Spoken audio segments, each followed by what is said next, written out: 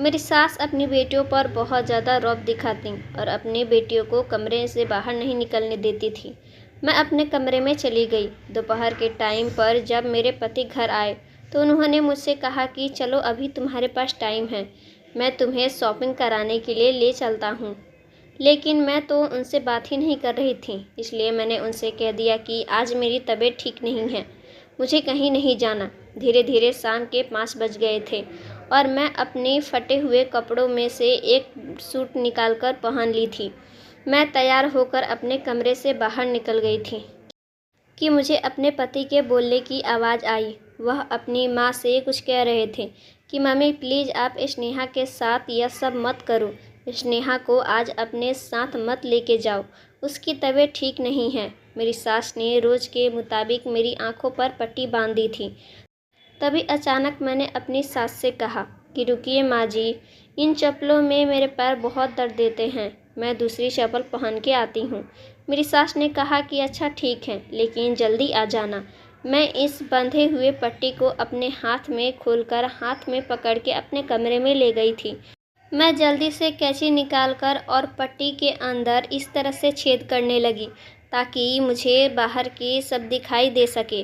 मुझे सिर्फ यही फ़िक्र हो रही थी कि अगर यह सुराग मेरी सास ने देख लिया तो मेरी सास मुझे मेरे पति के से तलाक दिलवा के घर से निकलवा देगी।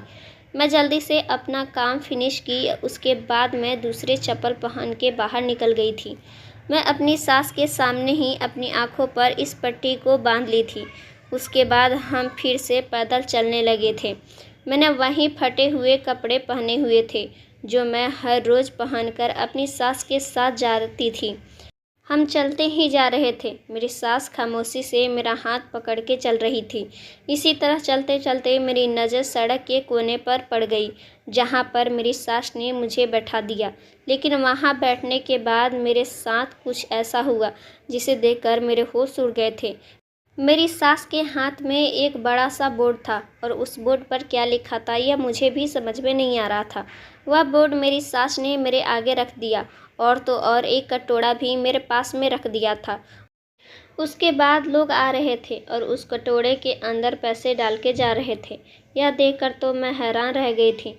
यहाँ पर काफ़ी सारी पब्लिक मौजूद थी।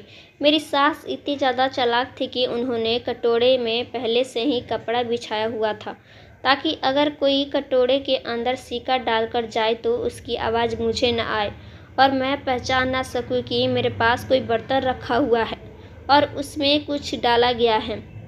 सिक्के की आवाज़ कटोरे में से ना आए, इस वजह से उन्होंने एक सफ़ेद रंग के रुमाल को कटोरे में बांध दिया था। लोग उसी में पैसे डाल के जा रहे थे। कुछ लोग सिक्का डाल रहे थे तो कुछ लोग नोट भी डाल रहे थे। इसी तरह से काफ़ी सारे पैसे इकट्ठा हो गए थे। मेरे सास ने मुझे उस जगह से उठाया और अपने साथ दूसरी जगह ले गई। आधा घंटा उस जगह पे बैठने के बाद मेरी सास मुझे दूसरी जगह फिर ले गई। यहाँ पर भी कुछ ऐसा ही हुआ था। मेरी सास ने मुझे बैठने के लिए कह दिया। इसी तरह से काफ़ी सारे लोग इस कटोरे में पैसे डालते जा रहे थे। इसका मतलब यह था कि मेरी सास ने मुझे भिखारन बना दिया था। मैं अब समझ गई थी कि मुझे अभी तक क्यों पता नहीं चल सका कि मुझे कहाँ ले के जाया जा रहा है।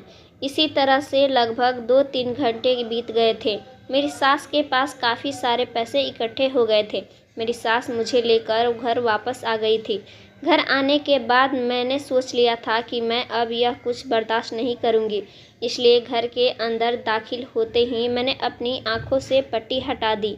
घर में मेरा पति भी मौजूद था।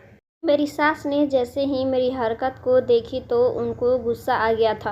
उन्होंने कहा कि तुम्हें इतनी जल्दी पट्टी हटाने की क्या ज़रूरत थी? तुम्हें पता है कि तुम्हारी आंखों से पट्टी सिर्फ मैं ही हटा सकती हूँ। मैं अपनी सास से बोली, तो फिर आज आपने कितने पैसे कमा लिए हैं? मेरी सास मेरी बात सुनकर हैरान रह गई थी। हम दोनों की बातचीत सुनकर मेरा पति भी आंगन में आ गया था। उसने हम दोनों को देखा तो वह वहीं पे खड़ा हो गया। मैंने अपने पति से कहा कि तुम मुझसे इतने दिनों से यही छुपा रहे हो कि तुम्हारी मम्मी तुम्हारी पत्नी को सड़क पे भीख मंगवा रही है। आज मुझे मेरे सवालों के जवाब मिल गए कि मेरे साथ क्या होता है। और मेरे कपड़े को क्यों काटा और फाड़ा जाता है। मेरी सास कहने लगी कि खामोश हो जाओ, एक लब भी इसके आगे मत बोलना। मैंने अपनी सास से कहा, आज भी आप मुझे यही धमकी देंगी कि अगर मैं आपकी बात नहीं मानी तो आप मुझे मेरे पति से तलाक दिलवा के घर से निकाल देंगी। मैंने कहा, आज मैं सारी सच्चाई जानकर ही रहूँगी। अगर आप अपने मुझे कुछ नहीं बताया तो मैं खुद ही इस घर को छोड़ के चली जाऊँगी। वैसे भी मैं भिखारन बन के ज़िंदगी नहीं जी सकती। मेरे माता पिता भले ही गरीब हैं, लेकिन कभी उन्होंने मुझे से ऐसे काम नहीं करवाए जैसे कि आप लोग मेरा फ़ायदा उठा रहे हो। मेरे पति मेरी बात सुनकर घबरा गया था और उसने कहा कि प्लीज़ मुझे छोड़ के मत जाना स्नेहा, मैं तुम्हें सब कुछ बता देता हूँ। मैंने कहा, आज मुझे सब कुछ बता दो, वरना अच्छा नहीं होगा, क्योंकि मैं ऐसे कुछ और बर्दाश्त नहीं कर सकती। मेरे पति ने मुझे बताया कि मेरी मम्मी ने मेरे लिए अपने घर से अपनी सहेली के बेटी के रिश्ते फिक्स किया था, लेकिन मैं तुमसे प्यार करता था। मैं उससे शादी नहीं करना चाहता था। जब मेरी मम्मी को तुम्हारे बारे में पता चला तो उन्होंने मुझसे साफ इनकार कर दिया था कि वह तुम्हारी शादी कभी नहीं मुझसे होने देंगी। और इधर तुमने मुझसे सुसाइड करने की धमकी दी थी। मैंने अपनी मम्मी को मनाने की बहुत कोशिश की थी, लेकिन वह नहीं मान रही थी और तुमने सुसाइड करने की कोशिश की थी। मैंने अपनी मम्मी को तुम्हारी जान का वास्ता देकर उन्हें मजबूर कर दिया था। तब जाकर वह हमारी शादी के लिए मानी थी, लेकिन एक शर्त पे उन्होंने कहा कि एक शर्त पे तुम्हारी शादी इस लड़की के साथ करूँगी।